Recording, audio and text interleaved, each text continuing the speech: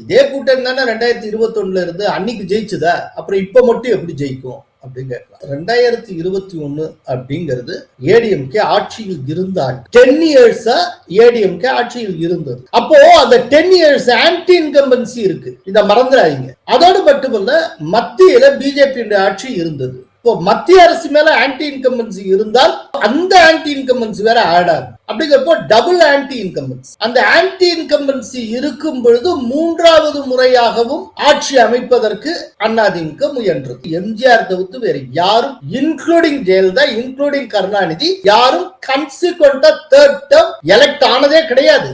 அதனால அன்றைக்கு ஏடிஎம்கே தோற்றது. பட் இன்னைக்கு டிஎம்கே ஆட்சியில் இருக்கக்கூடிய காலகட்டம், டிஎம்கேக்கு எதிரான மிக தீவிரமான அதிருப்தி நிலவக்கூடிய ஒரு காலகட்டம். இந்த காலகட்டத்துல பழைய பங்காளிகளோடு என்டிஏ களமிறங்குகிறது. 2021 தோக்கக்கூடிய காலகட்டம். அந்த டயத்துல அந்த கூட்டணி எதிர்பார்த்த வெற்றியை பெறவில்லை. ஆனா எதிர்பார்த்த வெற்றியை தான் பெறலையே ஒழிய மோசமான தோல்வின்னு சொல்ல மாட்டேன். ஏடிஎம்கே 66 எம்எல்ஏக்களை பெற்றது மறந்து விடக்கூடாது. 2006 ஜெயலலிதா தோற்று பொழுது கூட ஜெயலலிதா தலைமையில ஏடிஎம்கே 61 சீட்டை தான் பெற்றது. சோ 2006 கம்பேர் பண்ணா 2021 5 சீட்டு கூடவே தான் ஏடிஎம்கே ஜெயிச்சது. அது ஒரு மோசமான தோல்வின்னு சொல்ல முடியாது. ஆட்சியை பிடிக்கல, முடியல. 2021 அறுவடை செய்ய முடியாத இடத்தில் அந்த கூட்டணி அமைந்திருந்தது. இன்றைக்கு அந்த கூட்டணி அறுவடை செய்யக்கூடிய இடத்தில் அமர்ந்திருக்கிறது. அதனால அறுவடை செய்யும் சொல்றேன்.